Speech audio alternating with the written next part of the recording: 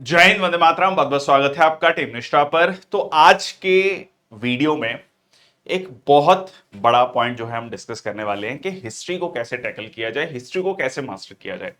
क्योंकि एक बहुत बड़ा कह लीजिए क्वेश्चन मार्क रहता है बहुत सारे स्टूडेंट्स के मन में, और एक डाउट रहता है कि इसको कैसे किया जा सकता है। देखिए, ये वीडियो मैं इस पर्सपेक्टिव से बना रहा हूं कि अगर कोई बच्चा बिल्कुल स्टार्टिंग से शुरू कर रहा है और उसके पास कोई और कोचिंग के रिसोर्सेज नहीं है और वो कोचिंग नहीं लेना चाहता, उसके लिए भी ये वीडियो रेलिवेंट हो। ठीक है, एक जनरल ऑडियंस के लिए, मास ऑडियंस के लिए ये रेलिवेंट हो। So it is very very important to understand कि हिस्ट्री को, जो ब्रॉड हमारा इंडियन हिस्ट्री है, उसको हम तीन पार्ट्स में डिवाइड करते हैं। ठीक है, मतलब अगर हम हिस्टोरियंस के बीच में देखें तो व्हाट दे डू इज के पूरे इंडियन हिस्ट्री को तीन पार्ट्स में डिवाइड करते हैं: ancient history, medieval history and modern history. ठीक है, ट्रिपेटाइट स्ट्रगल तक या before the rise of Islam in India. ठीक है जी, जो हम दिल्ली सल्तनत वाला पीरियड है उससे पहले वाला जो पीरियड है, मोटा मोटा अगर हम बात करें तो उसको हम जो है काउंट करते हैं आपका एंशिएंट हिस्ट्री। फिर आपका जो है medieval history and modern history, आपका जो ब्रिटिश टाइम है और उसके बाद की कहानी। अब इसको कैसे टैकल किया जा सकता है, क्या चीजों का आपको ध्यान में रखना है, इन सब डाउट्स को आज हम क्लियर करेंगे। और इसके साथ साथ art and culture, please don't forget कि आर्ट एंड कल्चर भी इंपॉर्टेंट है। एंशियंट और मिडिएवल को पढ़ने का क्या तरीका होना चाहिए, किन चीजों का ध्यान रखना है, और मॉडर्न को पढ़ते वक्त क्या चीजों का ध्यान रखना है।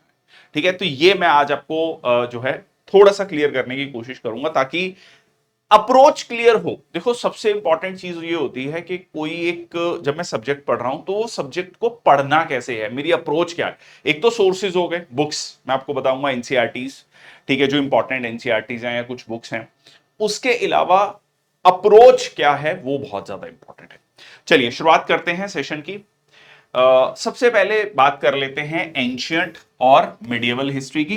देखिए, एंशियंट हिस्ट्री अगर आप क्लास अभी रिसेंटली, बिल्कुल जब मैं ये वीडियो बना रहा हूं, ये मैं वीडियो बना रहा हूं सितंबर 2025 में, और अगर आप रिसेंटली देखेंगे तो एनसीईआरटीज ने पहले क्या था कि सिक्स सेवन्थ और एट्थ क्लास की जो बुक्स थी उसमें ज्योग्राफी की अलग बुक थी, हिस्ट्री की अलग बुक थी, और बाकी सोशल साइंसेस। अब उन्होंने, जो जिसको हम सिविक्स भी कह देते हैं, अब उन्होंने क्लब करके एक बुक बना दिया सोशल साइंस की। ठीक है, और उसमें कुछ रैशनलाइजेशन भी की है, कुछ चैप्टर्स को डिलीट किया है, उसको लेकर कंट्रोवर्सी भी हुई। जैसे सेवेंथ की क्लास में से मुगल्स का चैप्टर हटा दिया तो उसको लेकर काफी कंट्रोवर्सी भी हुई, काफी वाद विवाद हुआ। अभी उस पर नहीं जा रहे हैं। कहने का मतलब ये है कि आपको ये जो एनसीईआरटीज थी, जो इससे जस्ट इससे पहले थी, एक तो पुराने वाली एनसीईआरटीज, वो नहीं मैं कह रहा हूं, जो अभी, मतलब आप ये मान के चलो कि अप्रैल मई 2025 तक जो एनसीईआरटी बुक्स एक गवर्नमेंट का जो पोर्टल है उस पे जो अवेलेबल थी, our past one, our past two and our past three. Basically जो सिक्स क्लास की एनसीईआरटी थी, आर पास्ट वन, वो थी आपकी ancient history. Our pass two थी सेवन क्लास की मिडिएवल हिस्ट्री, और आर पास थ्री थी आपकी मॉडर्न हिस्ट्री। ठीक है जी, ये तीन एनसीईआरटीज थी। ये तीनों एनसीईआरटीज मैं टीम निष्ठा के जो हमारा ऐप है, चैनल है, उस पर जो फ्री रिसोर्सेज है उसमें डाल दूंगा। पूरी की पूरी बुक है, आप डाउनलोड कर लीजिएगा। ठीक है, अदरवाइज आप नेट पे भी गूगल करेंगे तो भी मिल जाएंगी, बट अदरवाइज मैं एक ही जगह डाल दूंगा ताकि आपको इधर उधर ढूंढना ना पड़े। अब अब क्या है कि ये जो एंशियंट हिस्ट्री है, देखो एंशियंट हिस्ट्री पढ़ने के लिए अगर आप मान लो हिस्ट्री ऑप्शनल है आपका सिविल सर्विसेज में, फिर तो इट्स अ डिफरेंट थिंग। ठीक है, फिर आपको बहुत और सोर्सेज पढ़ने पड़ेंगे। But I am talking about general studies. सबसे पहले हमें चलना है बेसिक्स, और हमें यह समझना है कि एनसीईआरटी पे सीधा सीधा क्वेश्चन, मतलब ट्रस्ट मी, मतलब लाइक सीधा सीधा लाइन उठा के क्वेश्चन पूछे हुए हैं। मैं जब ये वीडियो बना रहा हूं, अभी हाल ही में सीडीएस 2 2025 का एग्जाम हुआ, इतने क्वेश्चन ऐसा, मतलब पूरा का पूरा लाइन उठा के क्वेश्चन पूछा हुआ है। सो इट इज वेरी इंपॉर्टेंट कि एनसीईआरटी को पढ़ा जाए, उसको अच्छे से कंसोलिडेट किया जाए। इसकी अपनी लिमिटेशंस हैं, मैं एक ये भी बता दूं लिमिटेशंस क्या हैं कि एक टॉपिक उठाया, जैसे मान लो 11 ट्वेल्थ ट्वेल्थ क्लास की जो एनसीईआरटी है, जो part one, themes in Indian history part one, उसमें पहला चैप्टर इंडस वैली सिविलाइजेशन। फिर वो सीधा जंप कर लेगा वैदिक जो पीरियड है, ठीक है, उसमें क्या हुआ। फिर वो सीधा जंप कर लेगा, तो उसमें क्या हो रहा है ना, कॉन्टिन्यूटी नहीं बन रही है। अगर आप टेक्निकली देखो तो आपको ये समझ आएगा कि यार बीच के पीरियड में क्या हो रहा है। ठीक है, वो चीज नहीं समझ आएगी अगर अगर आप टेक्निकली देखो। तो उसके लिए फिर लेक्चर्स हो जाते हैं, लेक्चर्स में हमने पूरा वो कहानी डिस्कस की हुई है कि अच्छा हाँ, अगर मान लो देखते हैं भाई स्टोन एज है, अच्छा फिर उसके बाद हम मेनली इंडस वैली सिविलाइजेशन को देखते हैं, फिर ऋग वैदिक एज को देखते हैं, फिर लेटर वैदिक को देखते हैं, फिर हम देखते हैं कि अच्छा लेटर वैदिक में क्या प्रॉब्लम्स आनी शुरू हो गई, ठीक है, फिर हम उसमें ये भी देखते हैं कि क्या प्रॉब्लम आनी शुरू हुई, जैसे लेटर वैदिक में सोसाइटी रिजिड होनी शुरू हुई। फिर उसके बाद हम ये भी देखते हैं कि द प्रॉब्लम कम्स के आपका महाजनपद का पीरियड, ठीक है, महाजनपद 16 महाजनपद, उसमें मगध एम्पायर जो है राइज करता है। फिर मौर्याज आते हैं, फिर लेटर मौर्याज में शुंगास कन्वास, फिर गुप्तास, फिर लेटर गुप्तास, फिर हर्षवर्धन, गुप्तास के बाद हर्षवर्धन, फिर ट्रिपेटाइट स्ट्रगल, फिर दिल्ली सल्तनत, बैटल ऑफ द रेन 1-2। अब ये सीक्वेंस है। अब ये सीक्वेंस तब समझ आएगी जब आप पूरे स्टोरी को, लेक्चर्स को सुनोगे। बट अगर आप सिर्फ एनसीईआरटीज पे भी फोकस कर रहे हो या एनसीईआरटीज पढ़ना चाह रहे हो, तो ये दो एनसीईआरटीज हैं जो हैं, क्लास 6 की आर पास्ट 1, क्लास 12 की themes in Indian history part 1, उसके अलावा आपके ancient history by are S Sharma, ठीक है, ancient history by are S Sharma, ये एनसीईआरटी आपको पढ़नी है, ठीक है। ये पुरानी ये जो एनसीईआरटी है, ये भी मैं आपका जो टीम निष्ठा का फ्री मटेरियल है उसमें डाल दूंगा।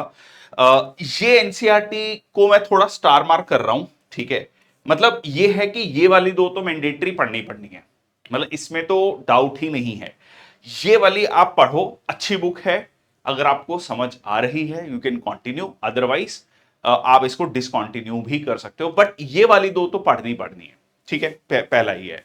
बट हाँ, ये रिकमेंडेड है, अच्छी बुक है, अच्छे तरीके से लिखा हुआ है। इसमें एक माखनलाल जो है उनकी भी बुक आती है, R S Sharma, but this is consider to be better book, ठीक है, अच्छी लिखी हुई है। फिर आपका क्लास 7 की आर पास 2, क्लास 12 की themes in Indian history part 2, ठीक है, ये मिडिवल हिस्ट्री से रिलेटेड है, मिडिवल हिस्ट्री, ये भी एनसीईआरटी है, ठीक है, ये दोनों ही एनसीईआरटी हैं, ओल्ड एनसीईआरटीज हैं, ये ओल्ड एनसीईआरटीज हैं, ठीक है। ये हो गई आपकी सतीश चंद्रा सर की, ठीक है, सतीश चंद्रा बाय सतीश चंद्रा। तो ये आपका हो गया एंशिएंट मिडिवल। तो ये एंशिएंट मिडिवल के लिए अब आपको लग रहा होगा यार ये तो 6 बुक्स हो गई, एनसीईआरटीज हैं, बहुत बड़ी बल्कि बुक्स नहीं हैं, तो ये बहुत मैनेजेबल टाइम में आप इसको कवर कर सकते हो। पर ये आपका कवर है, मतलब इसके बियॉन्ड अगर पूछेगा क्वेश्चन तो उसको आपने नमस्ते कर देना है। बहुत बड़ा बढ़िया, आपसे मिलकर अच्छा लगा, उस क्वेश्चन को अपने बोलना है और आगे बढ़ना है। क्योंकि देखो अब आपको ये भी है, अगर मैं ये समझूं कि आपको बहुत सारे सब्जेक्ट्स कवर करने हैं, हिस्ट्री, ज्योग्राफी, पॉलिटी, इकोनॉमी, है ना, अगर आप सीडीएस या सीएपीएफ का दे रहे हैं तो आपको साइंस भी कवर करना है, फिजिक्स, केमिस्ट्री, बायो, मैथ्स, बहुत कुछ है। तो it is very important that to limit our sources, तो मैंने यहां पर लिमिट किया है सोर्सेस को, ठीक है। तो दिस इज द, अब देखो एक बार आप बेसिक से चीजों को पढ़ लोगे ना, 2-3 बार जब आप इसको ग्रास्प कर लोगे तो चीजें ना बहुत क्लियर हो जाएंगी, ठीक है, मतलब बेस से चीजें क्लियर हो जाएंगी। क्लास 8 की मॉडर्न हिस्ट्री के लिए क्लास 8 आर पास 3। अब देखो मॉडर्न हिस्ट्री जो है जब पूछेगा ना, जैसे हाल ही में सीडीएस 2 2025 हुआ, उसमें काफी डिटेल में पूछा मॉडर्न हिस्ट्री, तो उसमें आपको थोड़ा सा ये स्पेक्ट्रम वाली बुक मैंने स्पेसिफिकली लिखी है बाय एपी हीर, ठीक है। तो क्लास 8 की आर पास 3, क्लास 12 की पार्ट 3, ठीक है, और जो है आपका सिंपल मॉडर्न हिस्ट्री जो स्पेक्ट्रम की है वो बहुत अच्छी बुक है, ठीक है, तो उसको आप फॉलो कर सकते हैं। अब कई बच्चे पूछते हैं कि सर बिपिन चंद्रा जो है बुक पढ़नी है, नहीं, देखो बिपिन चंद्रा बुक है कि अगर आपको आंसर राइटिंग लिखनी है, ठीक है, अगर आपको मेंस के लिए आंसर राइटिंग लिखनी है तो वो उसके लिए भी काफी अच्छी मानी जाती है, पर अदरवाइज स्पेक्ट्रम फैक्ट्स के मामले में, इवन आप सिविल सर्विसेज का मेंस भी लिख रहे हैं, ठीक है, स्टेट सिविल सर्विसेज का मेंस लिख रहे हैं या सीएपीएफ का पेपर 2 लिख रहे हैं, तो उसके लिए भी ये मोर देन सफिशिएंट है, ठीक है, काफी अच्छे से कवर करता है चीजों को।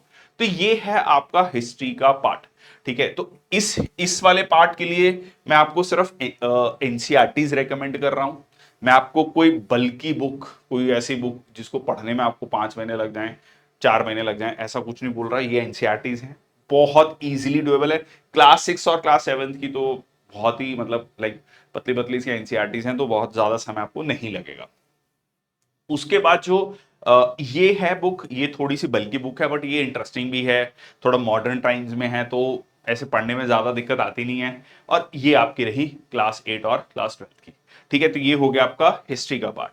नेक्स्ट आता है आपका आर्ट एंड कल्चर का पार्ट। ठीक है जी, आर्ट एंड कल्चर का पार्ट।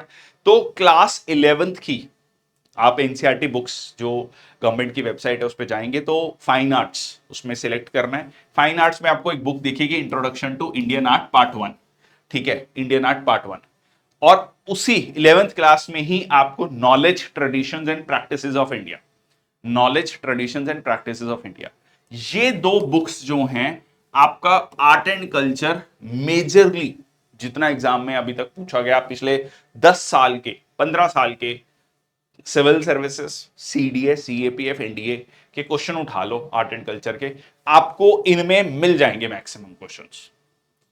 ठीक है, प्रॉब्लम क्या है कि बहुत सारे बच्चे इसको पढ़ते ही नहीं है या बहुत सारे बच्चों को पता ही नहीं है। ठीक है, नेक्स्ट एक और छोटा सा पीडीएफ है 60-65 पेजों का, centre for cultural resources and training, search करना, अदरवाइज इसकी भी मैं पीडीएफ डाल दूंगा फ्री मटेरियल में, centre for cultural resources and training. ठीक है, तो ये भी आपका क्या है, ये भी आपका जो है, मतलब इसमें ना एक एक जैसे कोई टेम्पल है उसका आर्किटेक्चर क्या है, मतलब इमेजेस के थ्रू चीजों को समझा रखा है, तो थोड़ा सा पढ़ना इजी है। ये मिनिस्ट्री ऑफ कल्चर का है, मिनिस्ट्री ऑफ कल्चर का जो मैं पीडीएफ आपको बोल रहा हूं ये मिनिस्ट्री ऑफ कल्चर के द्वारा रिलीज किया हुआ है। तो ये है आपका आर्ट एंड कल्चर का पार्ट, दैट्स इट।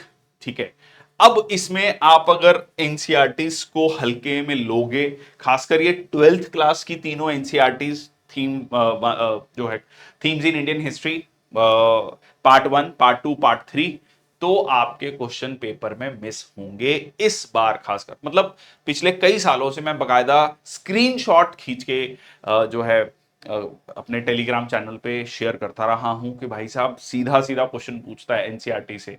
तो जब पता है एनसीईआरटी से क्वेश्चन आ रहा है, देखो इंफॉर्मेशन बहुत ज्यादा है, एडवाइजेबल ये है कि आप एक बार पहले कहानी पढ़ो, जैसे मैंने लेक्चर्स में वो कहानी पूरी डिस्कस की है।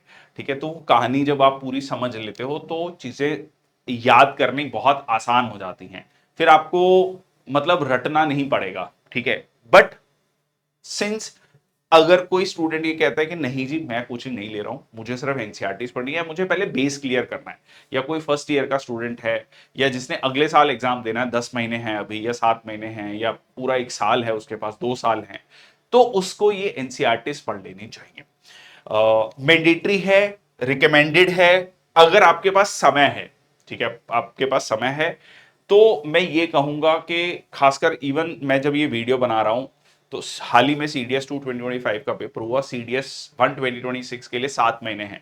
तो मैं ये कहूंगा कि अगर आप 2 महीने, शुरू के 2 महीने, 3 महीने भी एनसीईआरटीज पढ़ने को दे दोगे, जैसे मैंने एक वीडियो ऑलरेडी बना दिया है पॉलिटी को लेकर। अच्छा, अब आप सोचेंगे 9th और 10th क्लास की हिस्ट्री की मैंने क्यों नहीं बात करी, क्योंकि 9th और 10th में जो है इंडिया एंड कंटेम्प्रेरी वर्ल्ड की बात की है, पार्ट 1, पार्ट 2।